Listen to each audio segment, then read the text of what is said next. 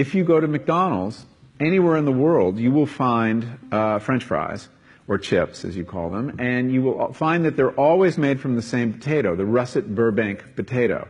This is a potato from America that's unusually long and difficult to grow, but that's what they want, because when you're McDonald's, you like those red boxes with a little bouquet of very long chips.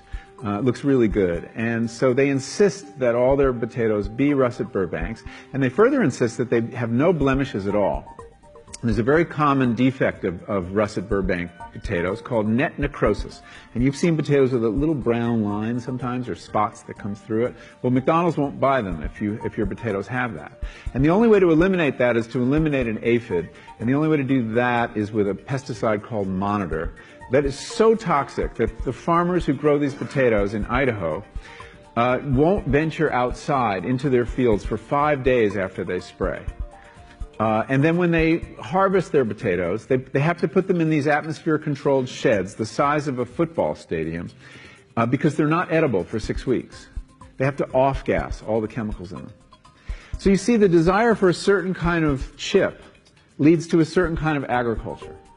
But the other thing on the health side, when I started learning about nutrition, about which, by the way, much less is known than you might think, that the scientific understanding of nutrition is still very primitive. But I learned that what mattered most about one's health was not necessarily the nutrients, good or bad, that you were consuming or staying away from, or even the calorie counts. But what predicted a healthy diet more than anything else is the fact that it was being cooked by a human being and not a corporation. Corporations cook very differently than people do.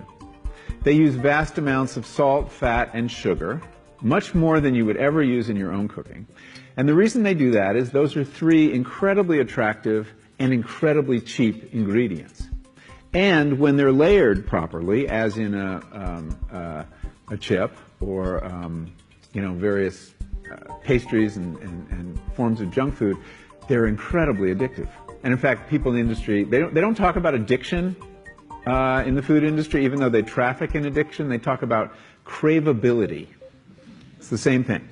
And snackability is another term they use. It's a lovely word. Anyway, so I came to see that cooking has a huge bearing on our health. And in fact, there's been a lot of research in America that shows that even poor women who cook have healthier diets than wealthy women who don't.